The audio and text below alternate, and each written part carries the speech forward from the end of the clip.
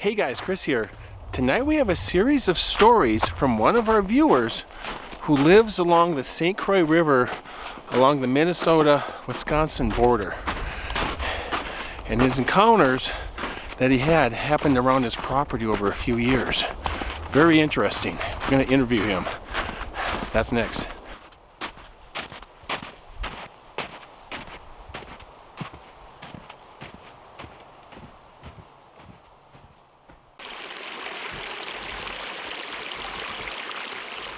Okay guys, I am in the Sierra Nevada tonight, and for tonight's beer I have a Sierra Nevada Pale Ale. I'll drop that in the creek behind me here. And our story comes to us from one of our viewers. His name is Aaron, and I'm getting right into it because we're going to go right to the interview that I had with him. It's really interesting. He has several stories from his home in Sasago County in Minnesota, right on the Wisconsin-Minnesota border along the St. Croix River. And he saw one of our videos that we did where there were the two guys from Minnesota that went on the canoe trip up the wild and scenic St. Croix River, and they camped on an island, and that got him thinking that he should contact me, and so he did. And so we've been emailing, and then we had a phone conversation which I recorded, and so that is what we're going to be playing tonight. But he and his family have had several different events happen on their property that is adjacent to the St. Croix River in Minnesota, north of the Twin Cities, south of Duluth. Boy, I love the Sierra Nevada Pale Ale. It is a good standard beer, handcrafted ale from the Sierra Nevada Brewing Company out of Chico, California. And he and his family have had some very frightening things happen, so he does a good job talking about it, and we have a pretty good conversation. It's fairly long, but it's very interesting, so if you want to skip ahead, go ahead, but that's what we're doing tonight, so I'm just going to get right into it. So cheers.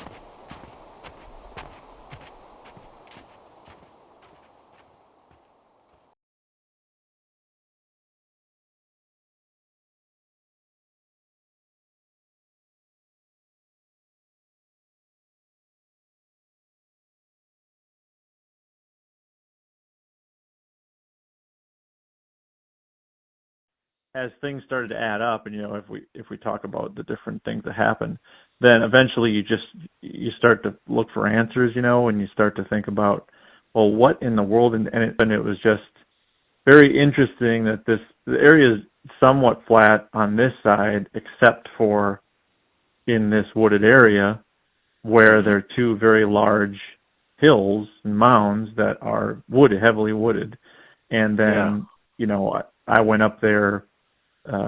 Actually just went up there recently and just sort of continued to look around, but I found like at the top there was a pretty symmetrical kind of triangular like a pink granite type stone on top too, which could be natural, all those things. It's just interesting that these two mounds are there and they have a look to them, right, if that makes sense.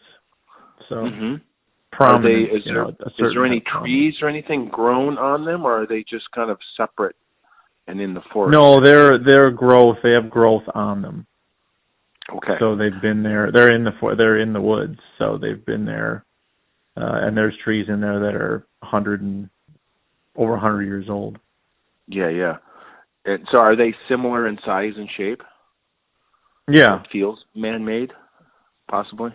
Yeah, I mean they're definitely two hills that look just prominent, prominent in that area. Interesting. So it could be totally natural. I mean, we have, as you go down into the river valley, I'm only about a mile from St. Croix here our woods connects through goes across 95 and goes right down to the river through ravines and stuff like that. Yeah, yeah. But that's all, that country there, Taylor's Falls kind of area where it's just, kind of drops off and there's different undulations and stuff. But, where we are on the one side of the highway, it was more flat than these prominent hills here. Yeah. Yeah, that could, I don't know how that relates to it, but it could. I mean, there's... yeah, especially with the things that I saw or we saw. It was me. I had my own incidents. My wife did. I have 2 sons, and my one son had a couple of things as well. So that's where I'm if you know about me, I'm extremely skeptical about any of this. I'm a very kind of scientific person, and in general, I don't put much into it. I always kind of scoff stuff off and find some explanations, right? Yeah. And so it took a lot of events for me to kind of be like, this is weird. Where did this start with you? I know you bought this property, but what was your first incident that started this whole thing? And so I know what the outdoors is. I know what the animal. I've never had what I would call a Bigfoot or any kind of a situation that was spooky or weird or out of the ordinary. But then that spring, so we moved in March, and then I would say it was probably May. And the place, I don't know. I think the couple had like a big falling out or something because they ripped and they I think they're mad at the bank, and who knows? They ripped all the landscaping out, so like there's just water intrusion and stuff because it wasn't eroding right, or it wasn't like running off right and everything, and draining right. And so anyway, it was raining heavily. This was in May, one night. It was probably 10, 11 o'clock, and I was worried because the basement wall was getting a little wet. And I was worried I was going to have a flooded basement or something with the fact that there wasn't even grass on one side of the house, and the downspout seemed to be plugged and have an issue. So I went out there. I put a headlamp on, and I went out to this would be the south east part of the house to kind of see what I could do to divert the water and maybe unplug this, figure out what's going on with this downspout and everything in the rain. Yeah. And when I got out there, I got this sense that it was just sort of, it was weird. Like something was hanging in the air, but it wasn't. I was just chalking it up to, it's just raining and I can't hear anything, and it's kind of pitch black, and you're out in the country with no lights of any kind, right? Mm-hmm. And then I went to kneel down and deal with the downspout, and it was probably 2 minutes later, I got this feeling that I've never had before of just this like dread, like this blanket went over me, like this fear of something was behind, like something was there. And it was weird. I don't know how to really describe like why it overcame me or whatever, but it just overcame me. And then, so I felt I needed to turn around, and I turned around with my headlamp, and I saw, and there's a marsh behind our house. So there's, like woods and like long grass and long marsh reeds and stuff like that. And all I saw were eyes, like at different levels. And they weren't like typical eye shine that you would see from like a deer or raccoons or whatever. They were all at different levels, different sizes, and there's just like no movement. None of them were moving. They were just looking, and it felt like they were looking through me. If that makes any sense. Wow. And I'd never experienced anything like this before. Of course. And so I was kind of in shock, and I was like, I didn't know what I was trying to calculate in my brain, like, look at all these deer, or trying to put animals to it. Of course. Yeah, perfect. And then the weirder part is then I turned my headlamp off, and they were still essentially shining at me, which was just Really? again, I don't know how to explain that, but it sounds Was there any other light it's source? even silly to talk about it, but No, it's not silly to talk about it. It's if that's what you experienced, that's what happened, even though it may sound silly. Was there any lights from the house that could have helped reflect off the eyes, or do you think it was? I mean, there was sense that it was from these animals, or we'll just call them animals. Do you think it was sourced from the animals? Yeah, I mean, I can't. There's no lights like exterior lights back there, so it wasn't that. Could there have been like low level lighting in like the living room that kind of is in that area?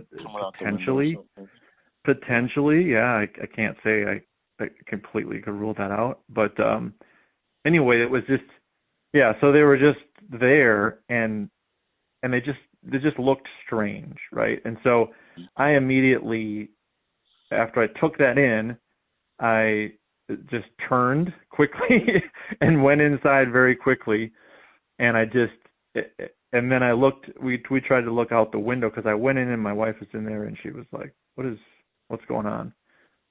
Because I looked like something had happened. And I just told her, and then we kind of turned the lights off and kind of tried to look out the back, and we didn't see anything at that point. Yeah. So sure. Wow. So I and eventually I just sort of chalked it up to like, I don't know if it was just animals or fear, or I don't know, but that was what I saw. One of the things that I saw, that was the first incident, right? And all these things, when I saw it, again, it's one thing. It's like a momentary thing. You chalk it up to being rainy and you can't see well and whatever. It's like, and so, but then you start putting all these, I think there's 7 other events together. Okay. Then it's like, oh, this has a connection potentially, or it's related, right? Yeah. A single incident is hard to be conclusive about it. But you get enough incidents, and then you start to draw a larger conclusion. So, were these in the swamp or the marsh? Yeah, they were sporadically spread. Like there's woods kind of all around the marsh, and then there like woods coming up to the house, and then there's an opening where you can see out to the marsh area. Yeah. So they were kind of in the woods. Okay. So and that's probably, I'd say 30 yards to the closest, and then I don't know, like a couple hundred yards to the farthest, 150 yards. Okay. Oh, so they were different depths. They weren't side by side. Yeah. But they were different distances from you. Very interesting. Now, knowing that, knowing your marsh there, were these definitely not in the trees? Like knowing that, there's probably no trees right there where these eyes were shining? Was that the case? And that's the thing, that's the weird part, because some of them potentially could be in the trees, but then there were other ones where there weren't trees, it was just long marsh grasses. So that was kind of a mix. Yeah, that wasn't my question. Or at least some of them where there was, you came out the next day and you're like, oh yeah, that's where I saw it, but there's definitely no tree there. So okay. There were definitely some that were in the more open area. Okay, that's interesting right there. Then, any idea what height that was? I mean, you said varying heights. So, but what was maybe the biggest one that was? Well, the ones that were closest were at probably, I'd say they had to be 7 feet. Okay. What happened next, or what would you like to, you said you had 7 incidences. What? Yeah, so then that same summer, 2016, in July, we have in the back area as well, we have a screened-in porch, like a 3-season porch. And my wife and I were sitting out there probably 11 p.m., I would say. Hot summer night, July, just chit-chatting and stuff. And then so this would be the woods that most of the things happen that you'll that I'll talk about is over. This would be not right behind, but southwest, more of a west southwest from the house. So off of that corner is where the screening porch is as well. So it kind of goes in that direction. But out of the southwest, and if I went southwest to where the sound was emanating from, this would be the land that I didn't own yet at that time. Sure. Okay. And this is where those hills are we talked about. And so there was this sound I had never heard before, and my wife never heard them either, where it was like a cow and a bear, like having a fight. Like it literally thought a bear was killing a cow that was giving birth or something. Like the sound was so crazy, and it like resonated through the woods. Like there was a reverberation. I think you mentioned it went on for an hour or something. Yeah, this went on. This like bear cow craziness just went on for like an hour, and I don't even know how to describe it. And your mind is just like trying to put together, because we have farms around here. Did a cow get out? And there's a bear out, because we have bear around here too. Mm-hmm. Was there a bear attacking a cow? Like that's literally what it sounded like. Yeah. A bear aggressively attacking a cow. And was the bear growling, or what was it was essentially a big bear growl, like a deep guttural growl. Mm-hmm, mm-hmm. Like a just raw, like that. Like just like a crazy bear sound. And I'm just using the term bear and cow because those are the two things that sound the closest to it, but it wasn't really. It was all intermixed. They were like the growl and the mooing and whatever that. It was all kind of intermixed. Yeah, I wish I would have recorded it, but when you're hearing it, you're like, and you might not be able to get a recording unless I went out there in the middle of the night. And when you hear that sound, you're like, I'm not going out there. That's interesting, because if something was to attack a cow, I would imagine it would be pretty efficient about it. Well, and a farmer would be there. Yeah, but the cow wouldn't be ongoing for an hour. It would be done in just a few minutes, because it would probably go after his undersides or his throat or something, because predators are very efficient, especially with something like a cow. He's not like a gazelle. He's not like it's a cow. And he doesn't have a lot of defense other than the moo and to run away, jog away. Yeah, that's why it didn't make any sense. So the hour-long thing it's like adds that question of, oh, wow, what the heck was that? Because, Yeah, and we're listening to it, and we're just like, what is going on? And like, what can we even do? Because I'm not going to go out there and like look at it. Especially with the sound of it. And it wasn't my land, so I'm not going to trespass to find out what it is either. So it's just like very strange, and you don't really know what to do about it other than to say that was the weirdest sound that we've ever heard, and sat there and listened to it. Wow, that's interesting. And there was another one where you mentioned you heard this loud howl. Yeah, so growl, and then the ground shook or something. Well, so the next year, the same thing happened in July. This was 2017. We heard the same exact sounds, and they went on for a long time. The same thing. And so that's when we started to realize, the first year we thought it might have been a cow or something, an actual cow, and then we're like, no, this doesn't happen twice.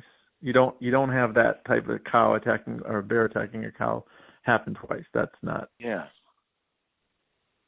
So it happened again in 2017. Same sound. Okay.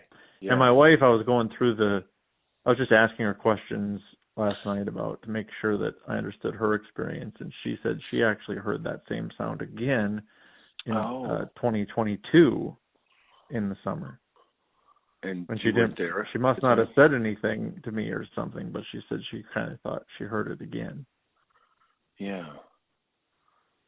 Okay. Wow. And so yeah. Now you mentioned your son seeing something that beckoned him. So how you described it? It gets weirder. So then, the last call or last stuff that I heard was 2017. Then 2019. So nothing that we know of happened for a couple of years. And then in the fall of 2019 was when I actually talked to the landowner and agreed to purchase the property. The closing wasn't until January of 2020, but 2019 I'd agreed to terms, and he said that I could hunt there, or I could hunt on it because I was purchasing it, which is good. Because I hunt on my piece and I wanted to hunt over there too. And so this would be fall, probably I'm guessing October at this point. And I was out on the new land now putting up trail cameras and stuff. So my son was 12 and he was going to come over because I had been out there for a while and he was at home by himself. And he was like, I don't know if I was taking too long or he was worried or whatever. So he was just going to come out and find me. He was walking along in the woods, and this would be where those hills are. He was walking in that area going west. He said he saw a person. At least he thinks it was a person, but he said it was not like, it didn't seem like a normal person, but he saw a person in that looked like they had some kind of those Carhartt kind of brown jackets. Mm-hmm. It's kind of like a brown canvasy type clothing, with a hat, walking through our property in like a beeline, just like tunnel vision, not seeing anybody, not walking normally necessarily, just walking stiffly, he said, just straight through those hills, that area. Oh. And he's a very friendly kid, and he's pretty trusting and all these things. And, he said his reaction was unnatural for him in the sense that he immediately felt that he had to get down and hide. He just dropped to the ground, and he said he felt this just immense fear, and he dropped to the ground, and this person thing didn't see him and continued to just beeline it. And so he dropped, and then he didn't see any more of the person. And then he got up after the person had gone for a time, ran back into the house, didn't come to find me. Then I came back shortly after that, and he told me that he saw somebody, and I was like, what are you talking about? And so then I got my gun, and I went out there, and he showed me where, and I tried to see if there was any sign or tracks or anything, and went in that direction, and I didn't see anybody or find anything. Wow. Do you think it's possible that he mistook the potential clothing as something that had hair on it, or is it did he really literally see something with coveralls and a hat? Well, yeah, it's hard to say. He says that he saw a person with like brown clothing and a hat, but he was 12. I don't know if he was. He said he dropped so quickly too because he felt that fear right away. So maybe he didn't get the greatest look. I don't know. That's all he described. Okay. And then at the time I chalked it up to, hey, we have trespassers, right? People trespass. They walk through. This is how it happens. Yeah. But that's just one thing that and to him the difference was trespassers are trespassers, but he had this immense feeling of fear from seeing this person for like a few seconds or whatever it was, and dropping down and knowing that he needed to hide for some reason. That's that primal fear that I've talked about, where your body just tells you, the alarm bells go off, and your body tells you exactly what you need to do, and there's no question about what you need to do. It's Yep. fight or flight, or drop and hide and disappear, or preserve yourself. And, exactly. That's got to be very overwhelming, especially for a 12-year-old to feel that. Because that's your body saying, "I need to survive this somehow, and I can't fight this, so I have to hide." Right, and he wasn't. Just his mindset, he wasn't like that type of kid that would get scared easily either. So it's interesting. That's very interesting, though. Yeah, exactly. And so it's hard to conclude, exactly what's. And the only other reason it stands out is because it's in that area that then future things kept happening, or that started happening. So yeah. So it's just kind of it's one more thing that's inconclusive, but it adds to the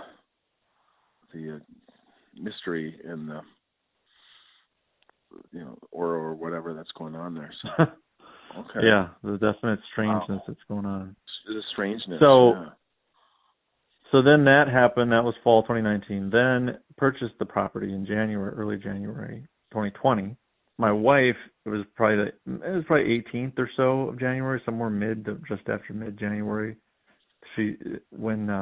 And this is her, because I wasn't with her at the time, but her story that she told me, her experience was she was out just having a walk on the new property because we just bought it, and she wanted to just go exploring. And it had recently snowed pretty heavy, and so there was a lot of snow cover out there. She said she was tromping right through the snow, and she was over in that area. And again, she didn't know. Up to this point, she didn't think anything of that area. I didn't think anything of that area. There was nothing special necessarily. We didn't put all the pieces together. So she was just walking through that area specifically with the two hills, and then there's some pretty big fallen trees over there. And so she went inside the woods a little ways toward right by those hills, and sat on a log because she loves being out in nature and just enjoying the sounds and just sights and sounds of nature in the field. So she was just sitting on a log, relaxing, when she heard, just said it was a thrashing, like a very extremely loud thrashing, like something was large. And she knows what deer sound like when they're running in the woods and that kind of stuff. And in January the bears are hibernating. But she thought it was, like, in her mind the reasonable thing was it's a bear or something. But again, if you think about it, there's really not bear out in January. I've never seen them. No, here anyway. That's the 1 month they're for sure going to be in hibernation, especially when there's several feet of snow and it's a regular normal Minnesota winter. So. Yeah, exactly. So she just heard the loudest crashing, as if it was breaking large trees. Wow. And thrashing around the woods. And so her immediate reaction was, she said, and she didn't hear Joe's story at all at this point. It didn't really talk about it, because we just chalked it up to, Joe saw somebody in the woods, right? Yeah. And she said her body immediately told her to get down and so she dropped behind this log. Oh. And she did not want to look behind her. She had this feeling that she shouldn't look behind her, and she's just said she was just frozen with fright from this sound. Wow. And the minute she was could get a breath or, get out of the frozen feeling, she just bolted out of the woods straight into the field, because there's a tilled field there in front, into the field, and instead of going, she could have went to the right, and there's a path through the other woods there to go back to her house. She ran all the way to the road and then went back on the road to our house. That's how frightened she was by the sound she just wanted to of what she heard. Not even go back in the woods and just work your way back, but just get to the road and come back in the other opposite direction. Did she say how far away this was from her when she was on the log? That's what she said was so weird about it was it was like she heard no sounds, and then it was like on top of her. Like she's like, if it was a big thing like an animal, I should have heard it crashing or coming a long time before. But this was like it was immediately right near her with this loud, destructive sound in the woods, and it's. I'm assuming there was like a small clearing around this log, and then she could hear it. Yeah, right. Like it would have been. There. Like it's weird. Like it would have been bedded there, and then it just decided to like go crazy and I don't know, but yeah, and it's winter too, so it's not, There's not a lot of leaves. Like that's what I said. There's not a lot of leaves or anything. And she said, once she got out to the field and everything and looked back at that point, she didn't see anything. So it's like, if it was that large, I mean, you should have saw something, and we should have saw like evidence of it destroying most of the woods. I mean, or maybe if it was doing all that, the movement of the brush or something. But yeah, I don't know. Yeah, it's a lot of these Bigfoot things. They alert you with their presence. Unlike a regular predator, which will wait till the last second and then he'll jump out and attack you. They'll throw rocks and make sounds and break tree limbs, and you're like, oh my gosh, I heard things breaking and moving through the forest and stuff. So it's interesting there. Almost like they, in many cases, like they're trying to get your attention and then get you to move. Move along, like this territorial, versus a predator that does the opposite. It'll sneak carefully through and then wait at a location and then jump on the back of a deer or attack, as opposed to making a lot of noise, because that kind of defeats the purpose of getting the prey, is to make all this noise because the prey is long gone. So. Yeah, exactly. It's like the stories of the hands on the tent and stuff. Like, if it really wanted to take you out, I mean, it doesn't need to just put its hand on your tent, Yeah, and brush against it. So. It's like curious or something. So, anyways, so that happened. That was mid-January of 2020. And then she didn't really say anything about it necessarily I think she might have said something to me. I think we might have had a conversation. Some of it blends together because, these things started to happen more close together. But I think she probably told me, but it was only like a couple weeks later, maybe a week or two later, that my son had that other incident. And so I say that because he wasn't like amped up or aware of what she experienced there. So he really had no affiliation of anything dangerous in that area when this next thing happened in the same area. So that happened, and then it was late January probably at this point.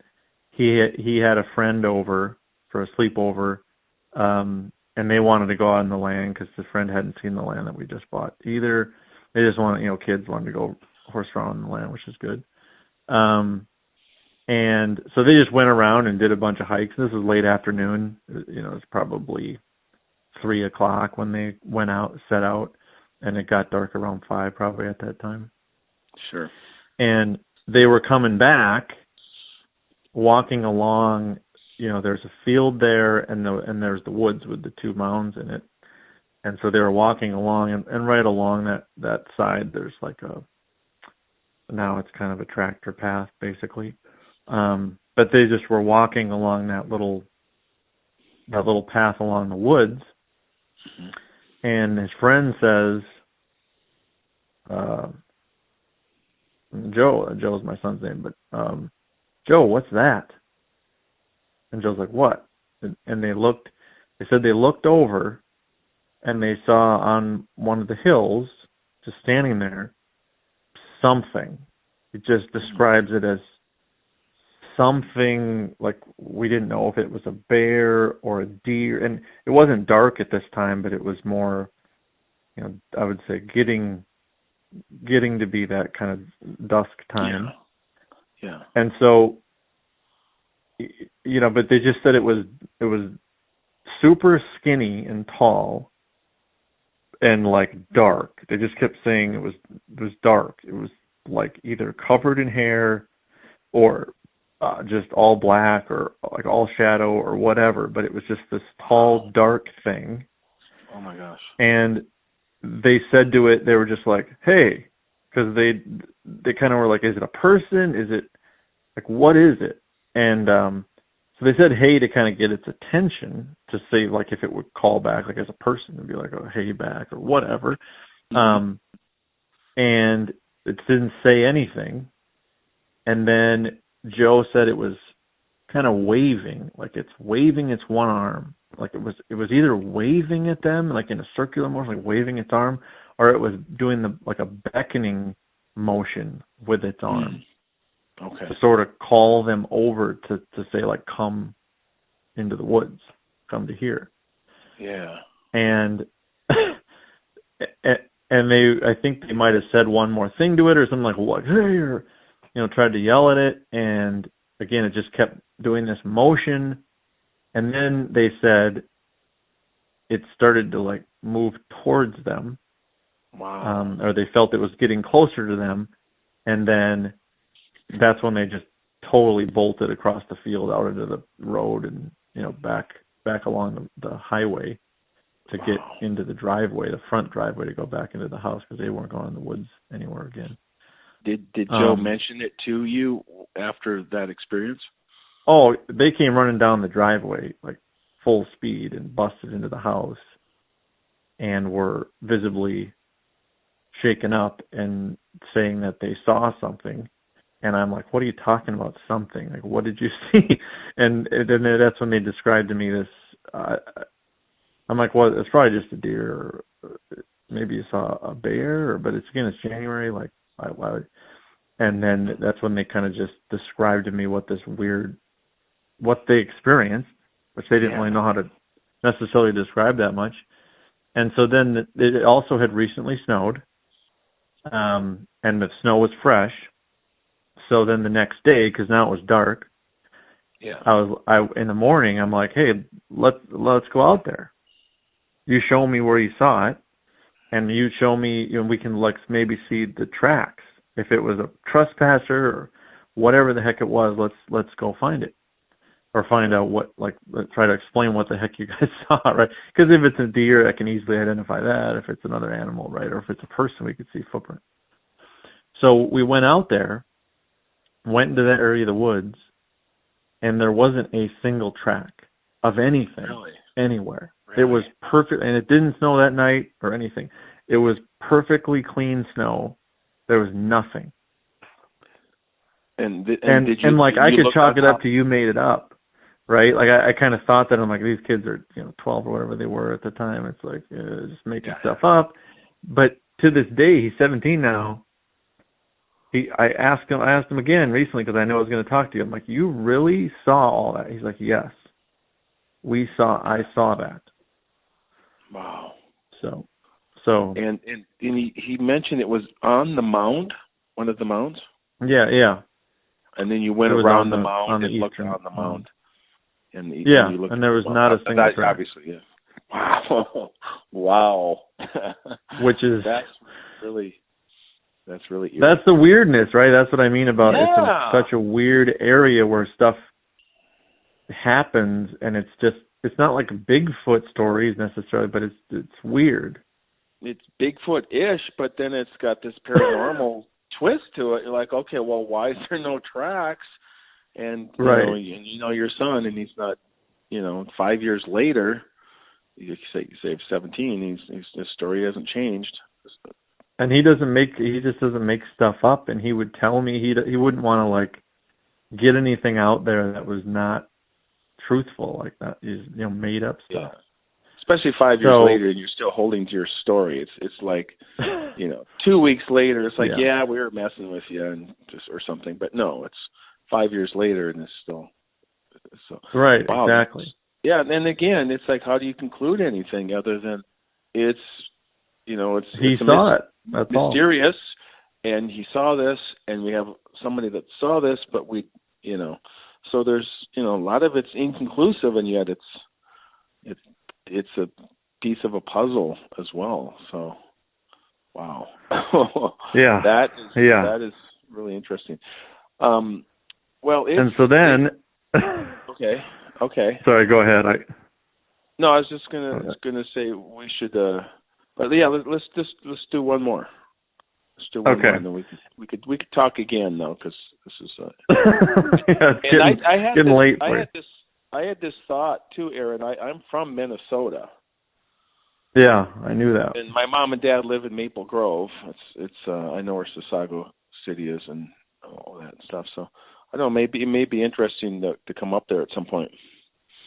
Yeah, I know you. I noticed you were up by Taylor's Falls recently. So. Yeah. Oh, we love that. I grew up camping there, and memories of stuff of the dells and the cliffs there and stuff, and the campground and the whole area and stuff. So, but yeah, that might be interesting to. You could at least see it, see what it looks like. Yeah, and maybe talk to Joe or something, and meet you guys. But with this ongoing stuff, and you guys are still living there, that is interesting. It would make an interesting episode. You could camp in the woods.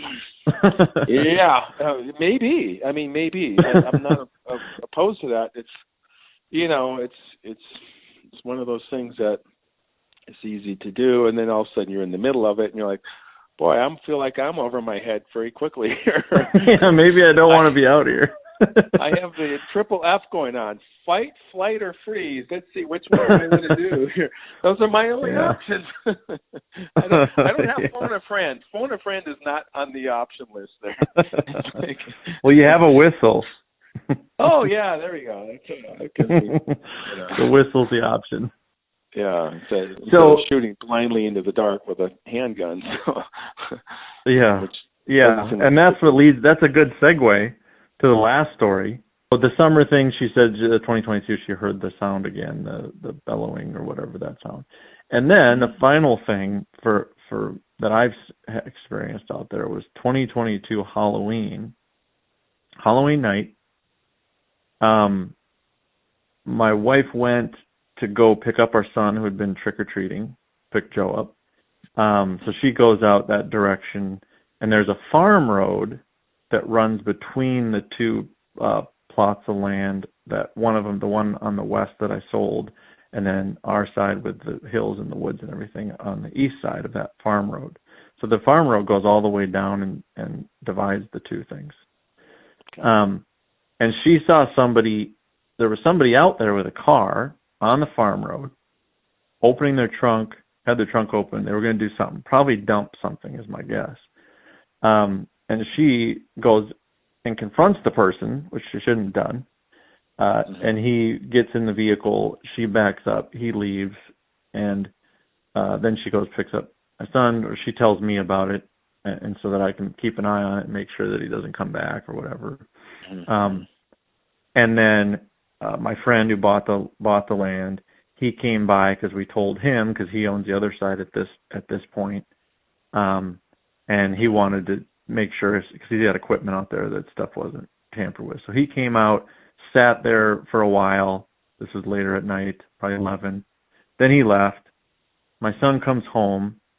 It's midnight. We're going to go to bed. But I wanted to go out there one more time to kind of see, did the person dump anything? Right, just kind of walk around and see if they dumped anything, and just to make sure they didn't come back. Did you drive out there? Didn't look around? Yeah. So we drove out the road and then drove to the farm road, and got to you get to the kind of edge of the work where the road goes into the woods. Just sort of stop the truck there, and I have my 357. I got a Ruger GP 100. That's what I got. But I got the exact same thing. Yeah, it's a great revolver. Yeah. So I have that just because I don't know about this trespasser, what the heck they were up to and everything else. And so we're looking around. We immediately hear a bunch of coyotes. There's just tons of coyotes off to the west. We're used to those types of sounds. We have the neighbors way over. They have some dogs, so we can hear them barking. We know what their barks sound like and all that stuff. And we just, as we start to look around and we walk on our side to go kind of over, it's not anywhere really close to the two hills. It's the connected woods, but it's not over there. I'd say they're, sure. Man, I don't know how many. They're probably a couple 300 yards away at this point. That area.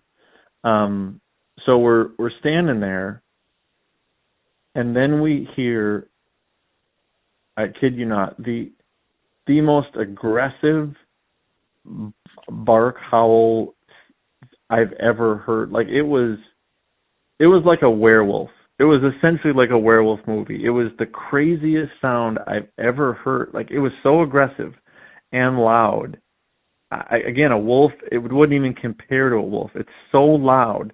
Like it was so like immediately like amped up. Like you could tell the lungs and the body of it emitted this thing so angrily that it was just so intense.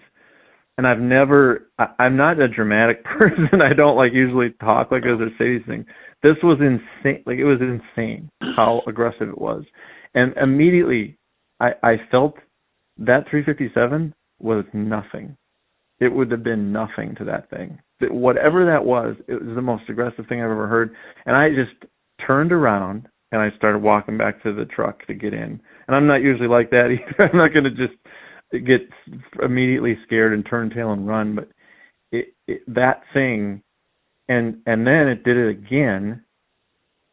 And because I don't know if my son was frozen or he didn't hear it or what, but it did it again, and he turns and gets into the truck, and we both get in, and we drive out, and we're just in shock about what was that. And we weren't thinking about, we're going to encounter anything, or we weren't amped up or scared of anything, and it just came out of the blue, and it came from that area where those two hills are. Oh, okay. And it's just, it sounded so aggressive and loud. It was nuts. But it sounded, it was like aimed at us, like us. It was aimed at us. Yeah. And it was like 200 or 300 yards away, because that is what you described as and it was that loud. Wow. And that interesting that you felt it was directed towards you. Oh yeah. And this was there's woods right there, right, where the two mounds are. So it came from the woods. Yeah. Got it. Could you feel it? And so it was like if you come over here. Mm-hmm. It was like if you come any closer, like it was basically like a major threat. Like it felt like, wow, I'm pissed off. Like that's what it felt like. I'm extremely angry. Could you feel the? I'd never heard anything like that. Anything like that in your body? I've heard people say it was not like a vibration in their chest or something, or they could feel like almost like a vibration. Then maybe it was closer, but it was kind of so. I can understand like a lower register sound, like a big booming sound could do that, but this was more aggressive than that. It was just like the bark howl was just so. It was like sharp but loud. Wow. It was, again, I've heard wolves, I've heard coyotes my whole life, I've heard all these things. Nothing makes a sound like that. I've heard lions. This thing it sounded like the biggest alpha predator I've ever encountered. Like, I don't even know how to describe how crazy it sounded. It was like not real. Like I say to myself, you're like, how is this real? I've never heard anything like that. Oh, I got chills just hearing that one, because you mentioned the aggressive, angry, directed at you, howl, bellow. Yeah, wow. That's really... And you felt like no gun. You're just like, nothing. You're not doing anything to that. That thing will be on you so fast that you're not going to be able to do anything. Wow. All right, you guys. I hope that was really interesting for you. I thought it was just fascinating. A lot of things happened to Aaron and his family up there in Minnesota. So thank you for watching. If you guys like stories about the strange, unexplained, and things that go bump in the night, as well as interviews. Please like and subscribe. You guys know how to do that. I always appreciate that, and that always helps me. I always appreciate your comments and you. So thank you for watching. We'll see you on the next one. As always, keep hiking.